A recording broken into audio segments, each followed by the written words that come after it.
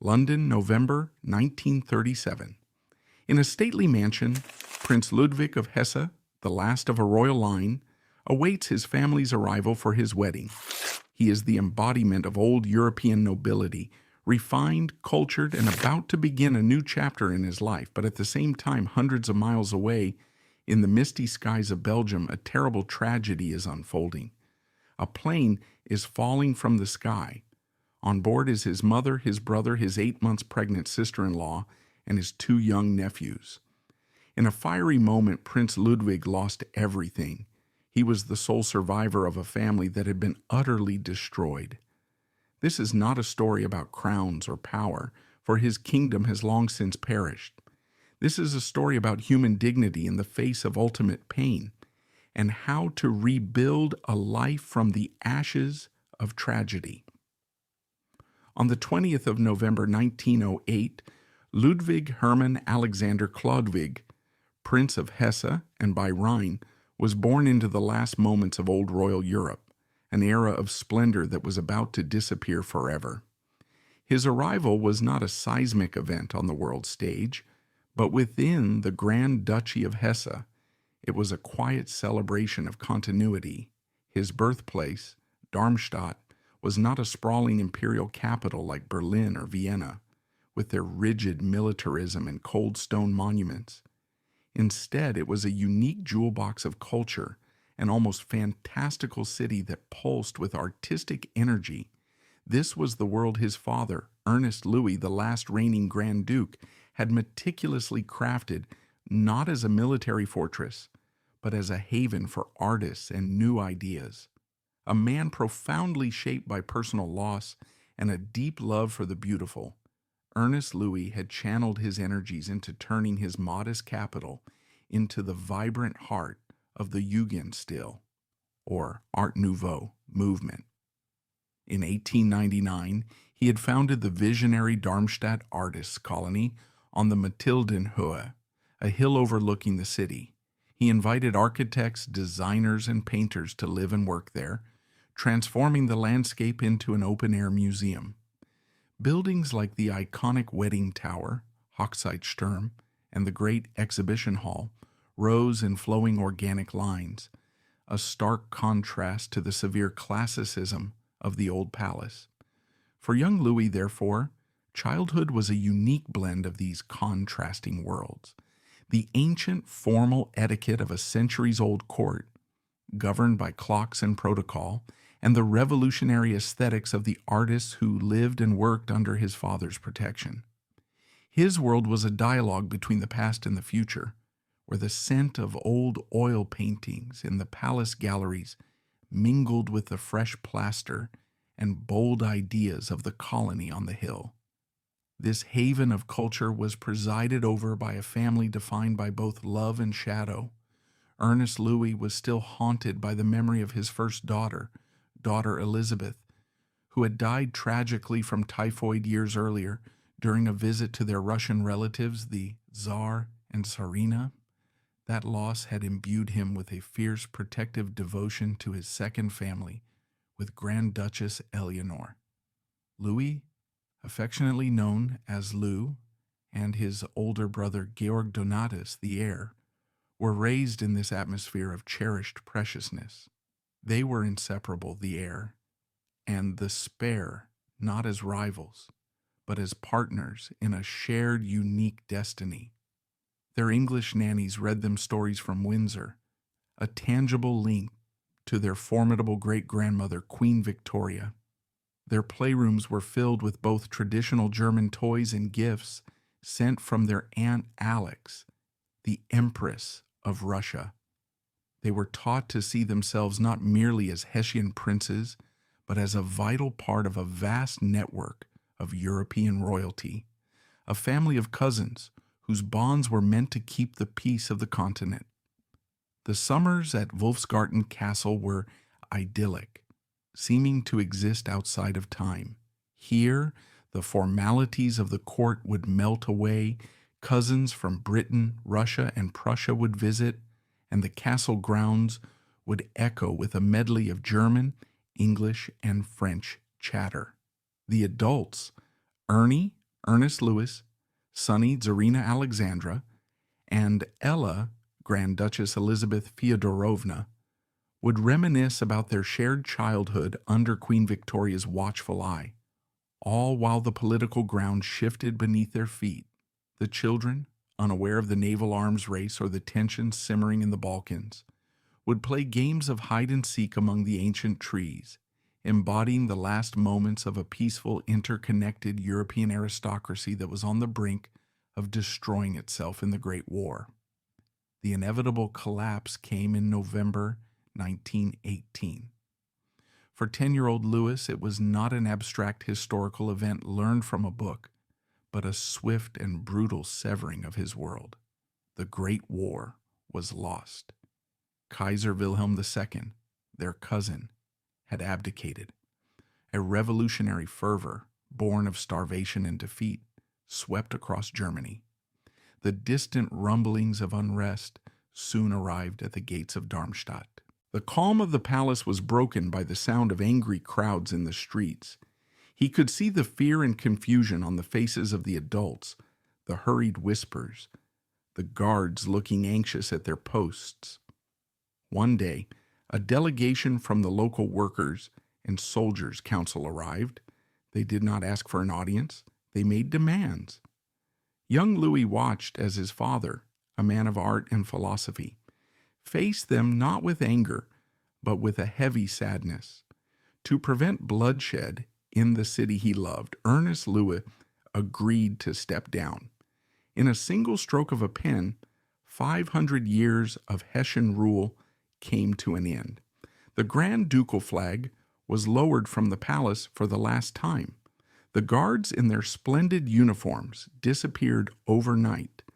The palace, once the vibrant heart of a sovereign state, became a silent, cavernous home.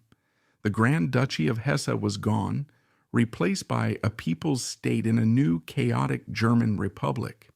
This new reality fundamentally reshaped the purpose of the prince's education. They would never rule. The lessons in statecraft that had defined their ancestors' upbringing were now replaced by lessons in survival. Their education became a masterclass in adaptation. Their fluency in languages was no longer for diplomacy between courts, but for navigating a complex international world where their name was both a passport and a liability. Their study of art history was not a gentlemanly pastime, but a practical necessity for cataloging and preserving the family's vast collections, which now represented their primary material and cultural wealth. They grew into young men against the turbulent backdrop of the Weimar Republic, an era of hyperinflation, political assassinations, and violent street clashes between communists and the rising brown shirts of the Nazi Party.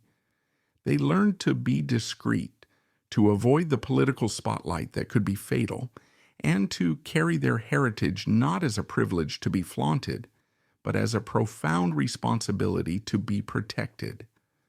Louis, the younger son, was thus molded by a series of powerful contradictions: a prince with no throne, an aristocrat in a republic hostile to his class, and the heir to a cultural treasure in a nation spiraling toward an even darker future. He was being prepared not for a life of power, but for a life of preservation, a quiet custodian of a world that no longer existed. As the Weimar Republic struggled through its chaotic early years, marked by political violence and instability, Prince Louis came of age.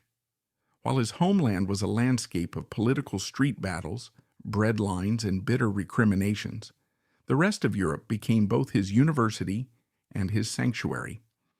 He was sent not to forge alliances for a non-existent throne, but to immerse himself in the enduring culture and history that was his true inheritance.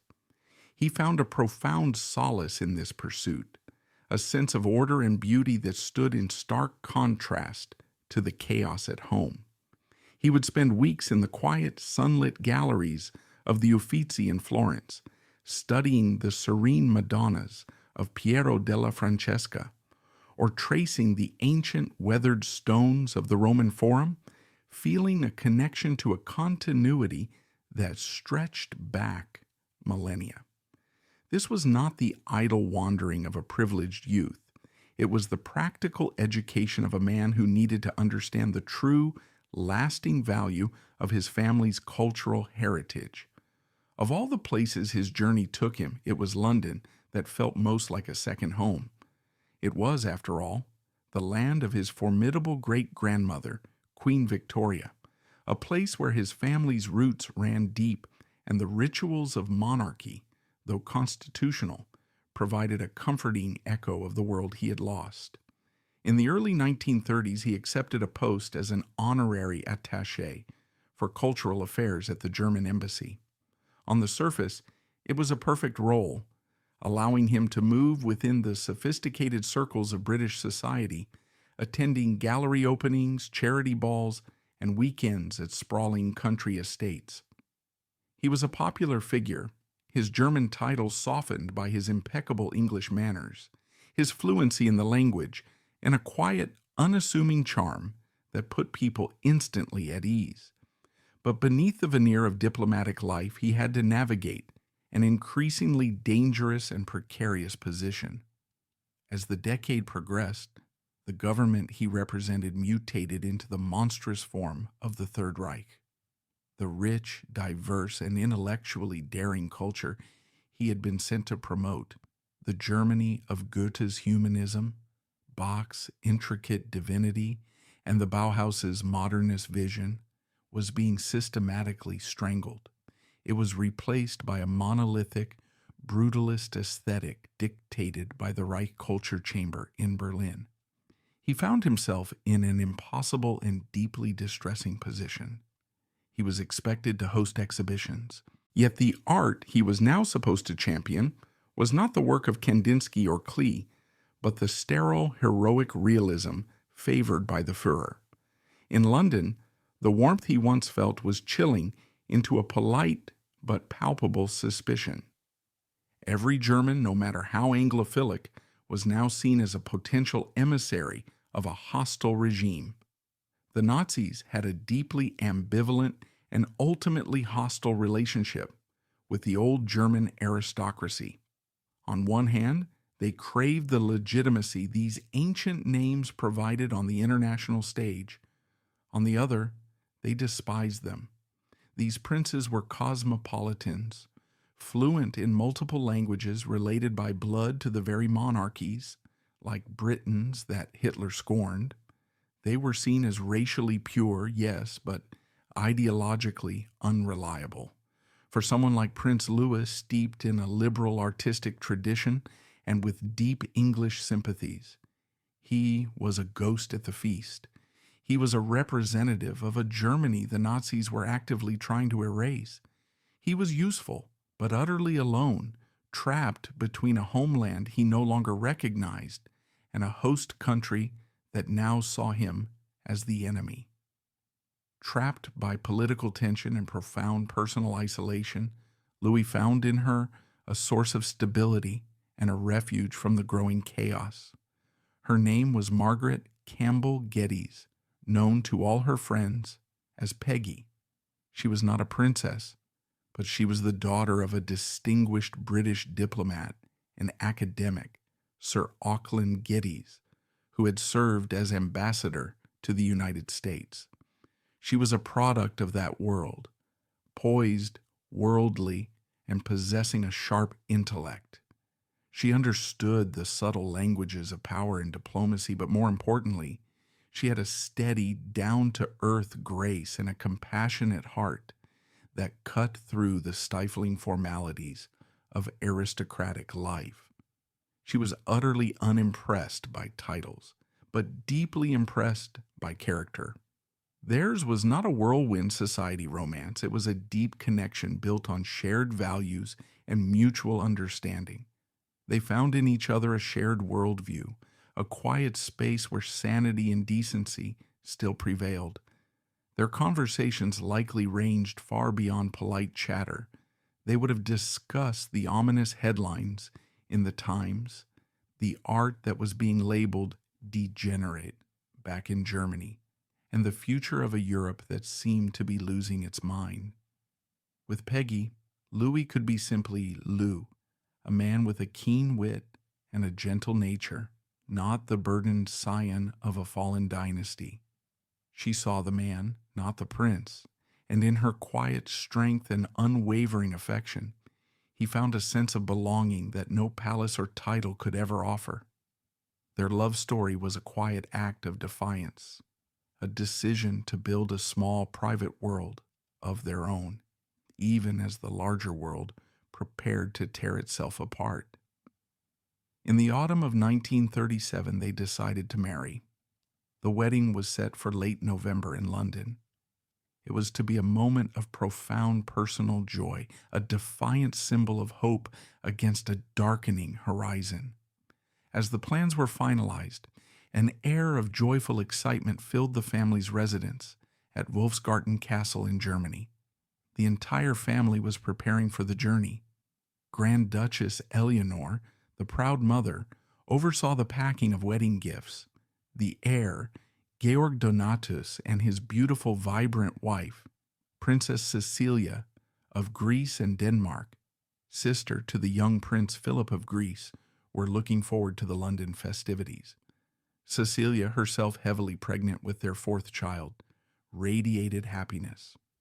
Their two young sons, Ludwig and Alexander, chattered endlessly about the trip, thrilled at the prospect of being pages at their beloved Uncle Lou's grand wedding. On the 16th of November, they boarded the plane in Frankfurt.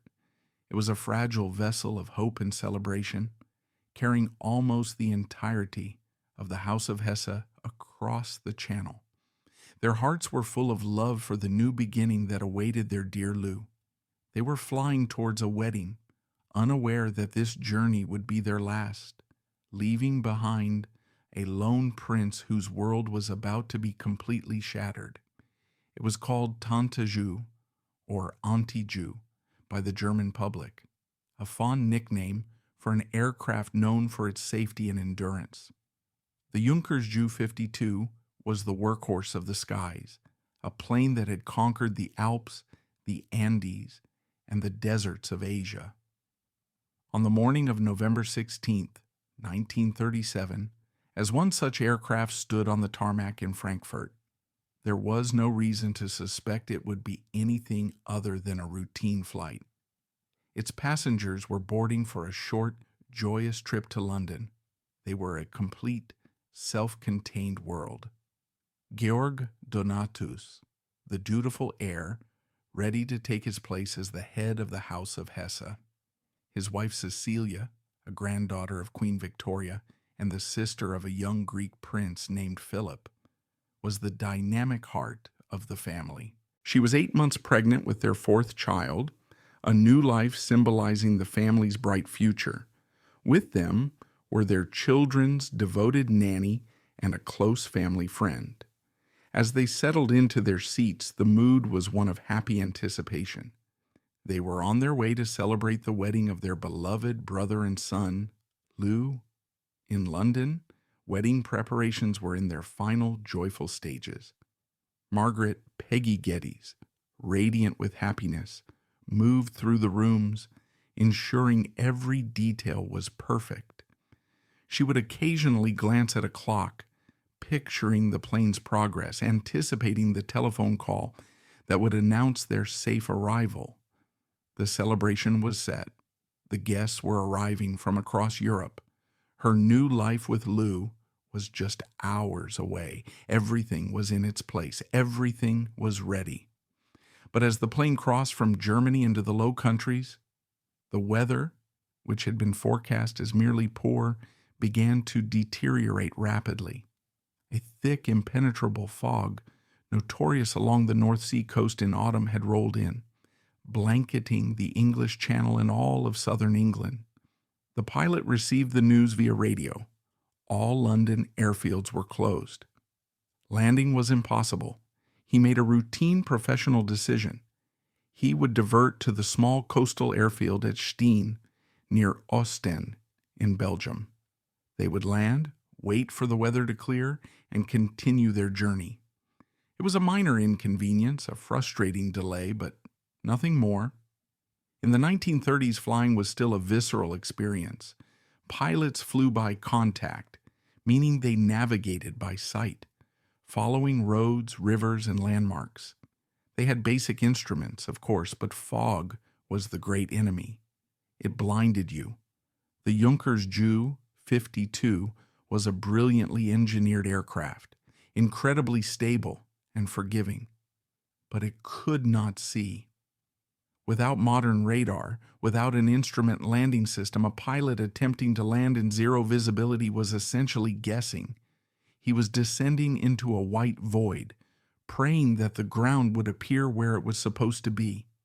The pilot began to circle over Ostend, searching for a break in the fog, a glimpse of the ground that would give him his bearings. None came. Running low on fuel, he had no choice but to attempt a landing. He began his final approach, descending slowly, fighting to keep the aircraft level. The passengers would have felt the plane banking and dropping, the familiar sensation of descent, but when they peered out the windows, they would have seen nothing but an endless, swirling gray. He was flying too low. He was dangerously off course. Directly in his path, rising unseen from the Belgian fields, stood a tall brick chimney, the smokestack of a local factory. It was an ordinary industrial structure that, by a terrible twist of fate, was directly in the aircraft's path. At 2:47 in the afternoon local time, the tip of the starboard wing and an engine of the Junkers Ju-52 struck the chimney.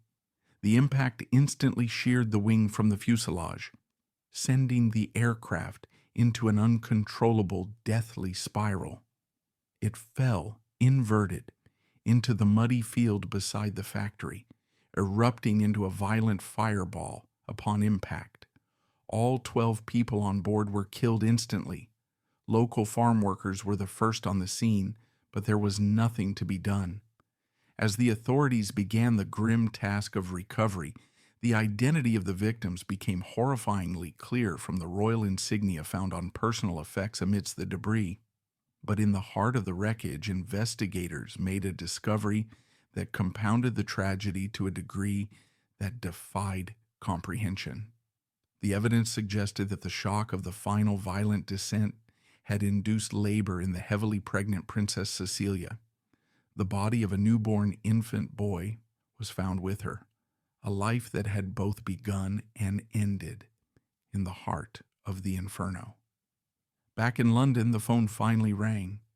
It was not the cheerful voice of his brother, but the grave, hesitant tone of an official from the Belgian embassy. The words that followed did not make sense. An accident, Ostend, no survivors. How does the human mind process such a statement? It is a language from another reality. The death of a parent is a tragedy. The death of a sibling is a wound to the soul. But the instantaneous annihilation of one's entire world, there is no word for it. Contemporaries noted that Louis did not scream or collapse. He simply went silent, a profound, crushing silence, as if the very capacity for feeling had been extinguished. In that moment, Peggy ceased to be his fiancée. She became his sole link to a world that was still turning. The wedding was scheduled for the next day. To cancel would have been natural. To proceed seemed unthinkable. Yet, urged on by their remaining family, they did. It was an act of profound defiance against the chaos that had consumed them. They understood that in the face of absolute darkness, the only response was to light a single small candle. On November 17, 1937, in a small private ceremony, Prince Louis of Hesse married Margaret Geddes. The bride and groom wore black. Their vows were exchanged not in celebration, but in mutual consolation. It was a wedding overshadowed by immense loss, a union founded not on celebration, but on shared grief and mutual support. Their honeymoon was a journey to a morgue in Ostend to perform the unendurable task of identifying the bodies of his mother, his brother, his sister-in-law, and his 2 young nephews. He was met there by a heartbroken 16-year-old schoolboy who had also traveled to Belgium, his brother-in-law, Prince Philip of Greece, there to mourn his beloved sister, Cecilia. The subsequent funeral in Darmstadt was a spectacle of sorrow. The entire city that had celebrated his family for centuries now wept for its extinction. 5 coffins were interred in the family mausoleum at the Rosenhöhe.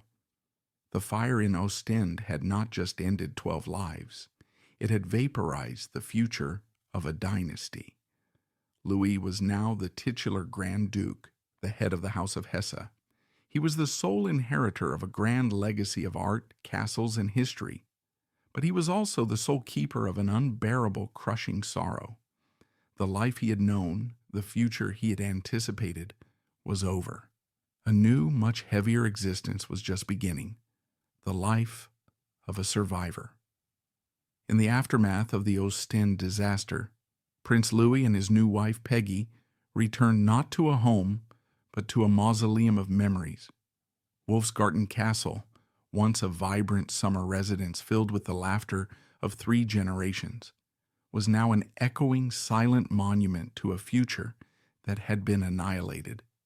Every portrait on the wall, every empty room, every toy left in a corner was a testament to the magnitude of their loss. For Louis, now the titular Grand Duke and head of the House of Hesse, the titles were hollow. He was the king of a silent kingdom, the inheritor of a legacy with no one left to share it with. Yet, in the deepest darkness, a single flicker of light remained. She was Johanna Marina, the only child of Georg Donatus and Cecilia, who had been left at home and thus spared from the fatal flight. Just over a year old, she was now an orphan. Without a moment's hesitation, Louis and Peggy legally adopted her, becoming the parents of the last living descendant of their line. For a brief, precious period, Johanna's presence began to thaw the castle's frozen grief. The sound of a child's tentative steps, a sudden laugh, a small hand reaching for theirs, these were the things that began to stitch their shattered world back together.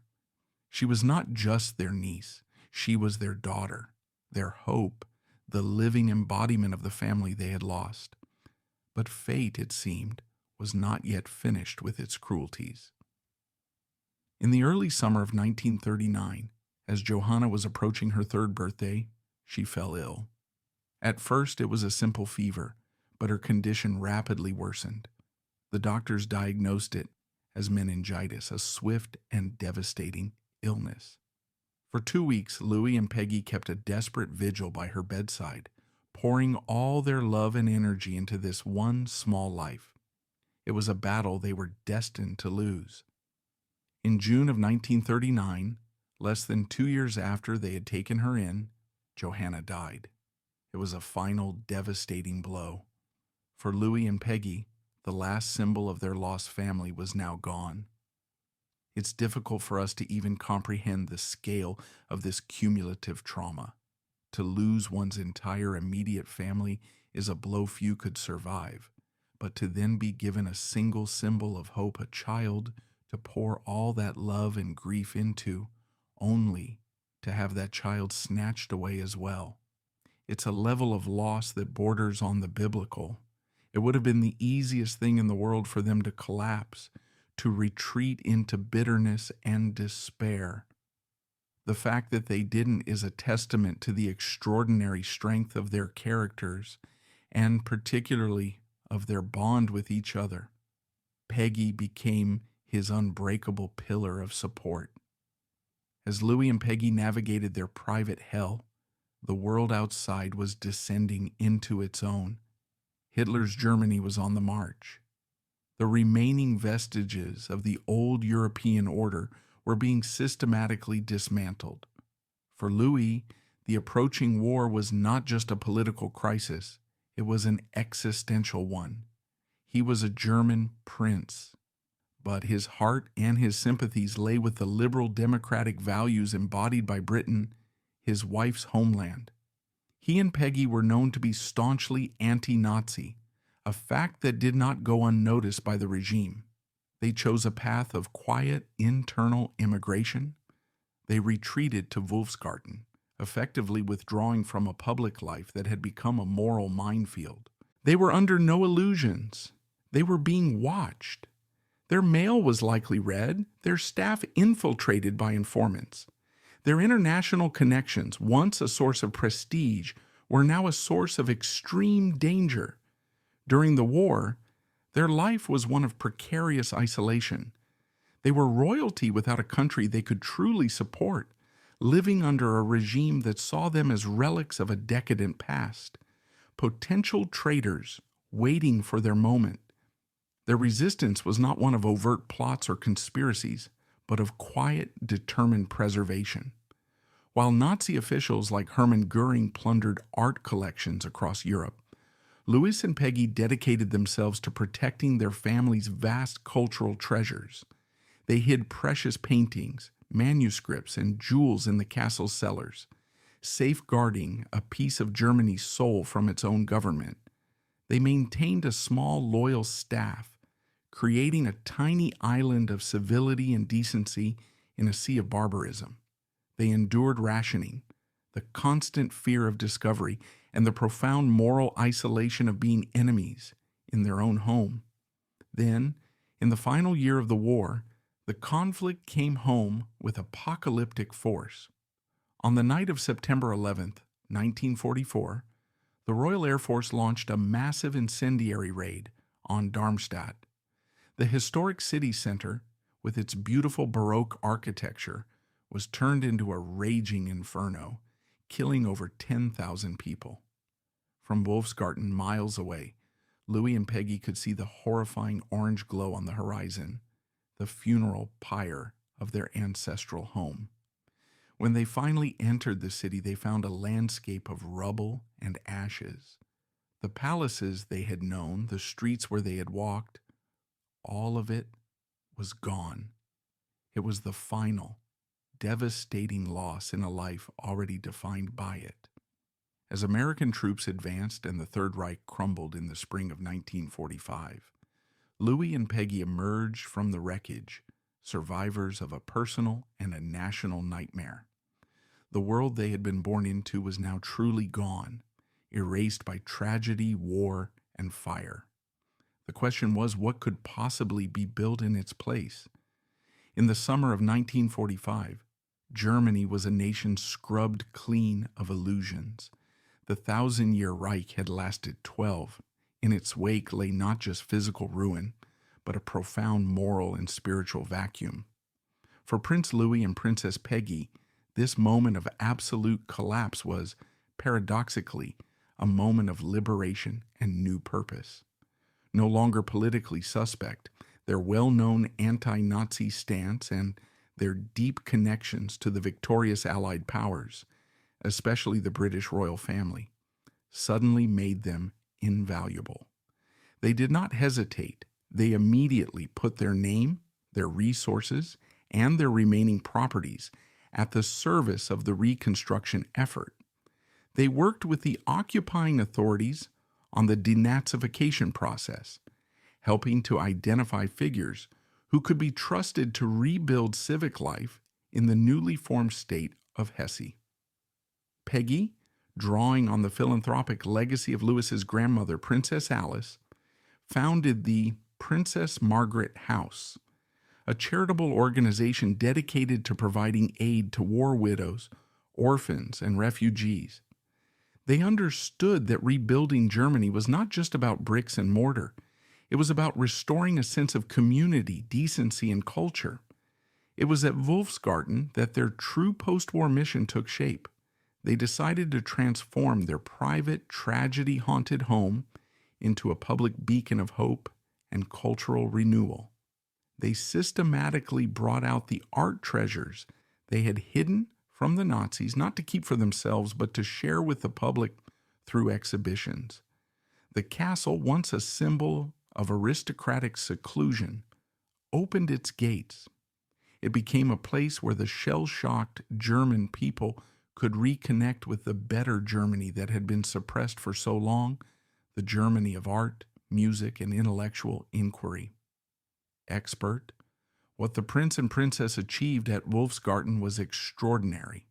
In a country grappling with immense guilt and still physically in ruins, culture was not a luxury. It was a necessity. It was a way of healing. The Wolfsgarten concerts they established became legendary. They would bring in world-class musicians to perform chamber music in an intimate setting. For a German public starved of beauty, and for Allied officers who still viewed the country with suspicion, these events were transformative. They created a space where people could come together simply as lovers of music. It was a brilliant act of soft diplomacy, helping to restore Germany's place within the European cultural family, one concert at a time. For the next 2 decades, this became their life's work.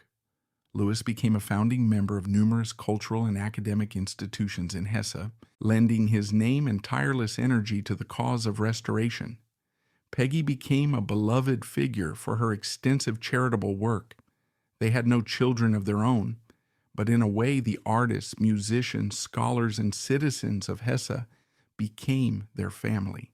Their partnership, forged in the most unimaginable tragedy, had blossomed into one of the great philanthropic collaborations of post-war Germany. They no longer ruled a state, but instead dedicated their lives to rebuilding the region's cultural and social fabric.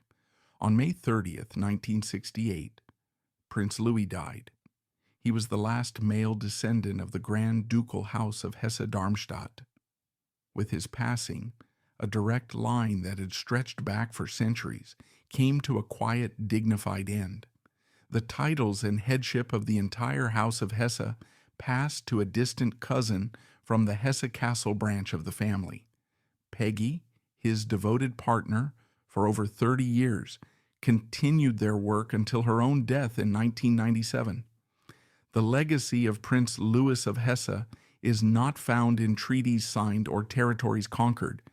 His is a more profound, more human story.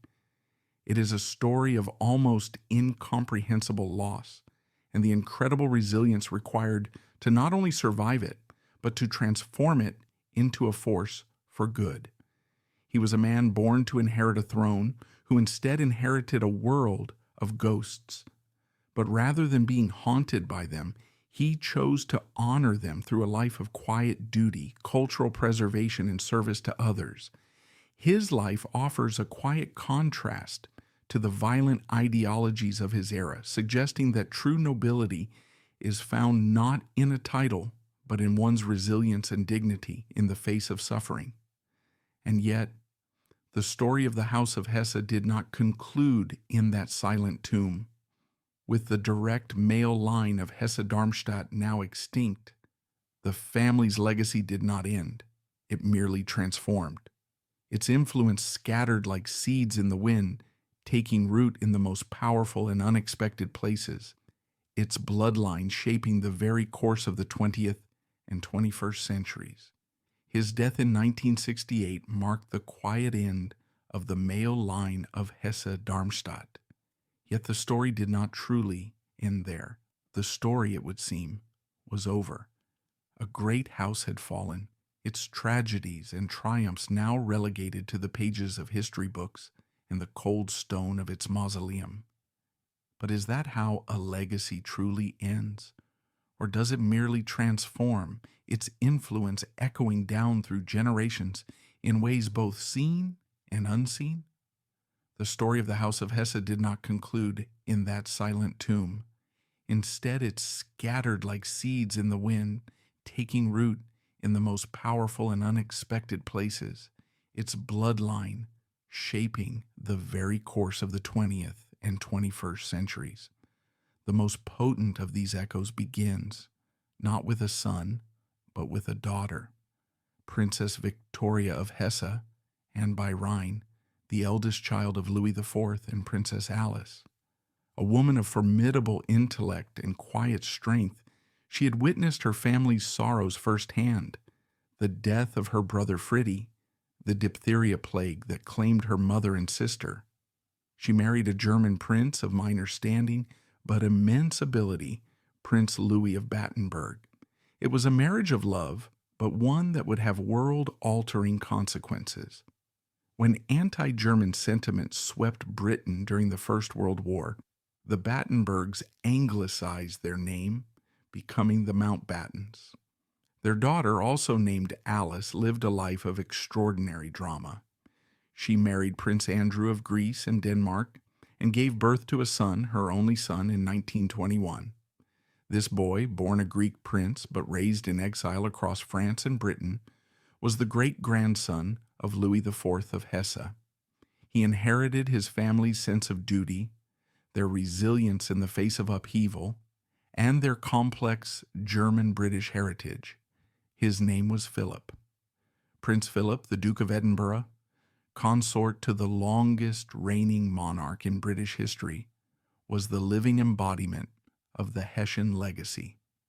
Through him, the blood of the modest German Grand Duchy flowed directly into the heart of the British monarchy.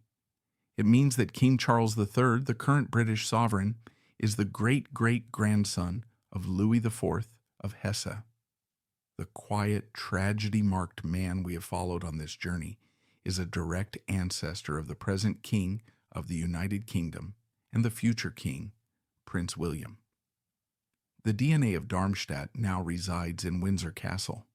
It is a quiet, almost secret connection that binds the fate of a small German state to the future of the world's most famous monarchy.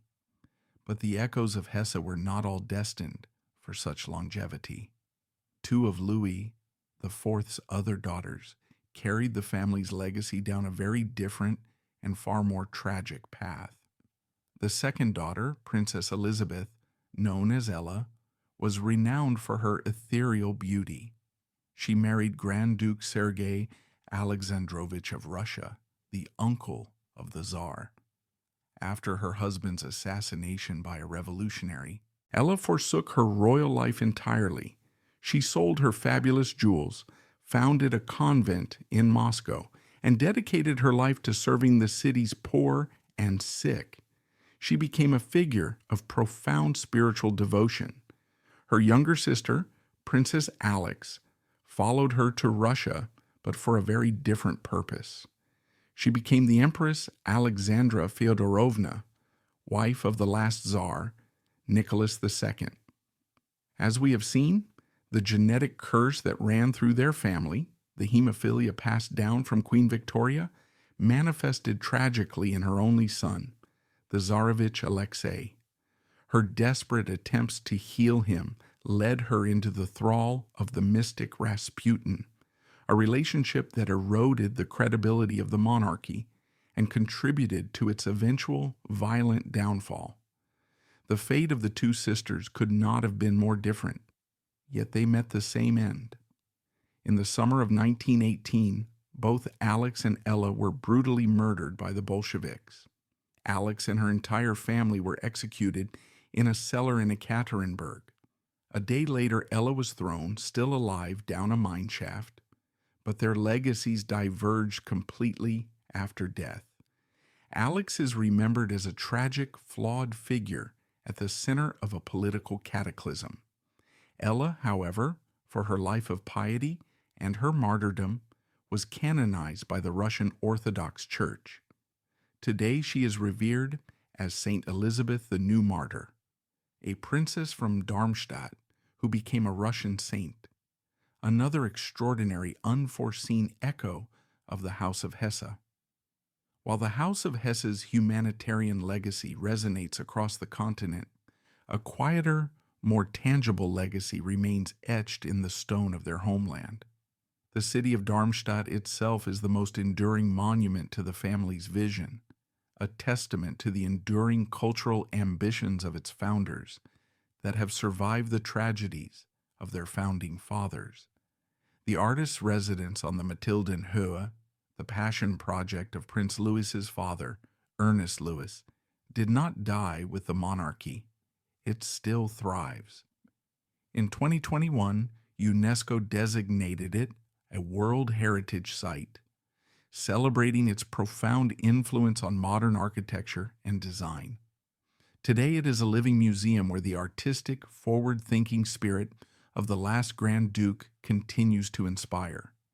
It serves as a powerful reminder that while dynastic power may be fleeting, the power of art and creative vision can achieve lasting form. And nestled in this haven of German modernism is another poignant echo of the family's long history. This is the Chapel of St. Mary Magdalene, an exquisite Muscovite structure commissioned by the last Tsar, Nicholas II, in honor of his wife, Princess Alex of Hesse. Built on Russian soil, it was once a private place of worship for visiting royalty. Today it stands as a beautiful, surreal monument to the fateful union that bound Darmstadt to the fortunes of the Romanovs, a tiny slice of Holy Russia forever buried deep within Hesse. It is both a memorial to a lost world and a working church, its persistence a quiet defiance of the violent history that sought to erase it. Even Wolfsgarten Castle, the site of so much private grief for Prince Louis and Peggy, has not become a silent museum. It remains a family home, currently home to the descendants of the Hesse Castle family, who have inherited the family's power. They continue the tradition of hosting cultural events, preserving the spirit of patronage that Louis and Peggy established. The castle is therefore not a place of ghosts, but of living memories, proving that a family's true legacy is not determined by its demise, but by what it chooses to pass on. So, what can we learn from this sprawling, interconnected family saga? The story of the House of Hesse and by Rhine is a powerful lesson in the nature of legacy.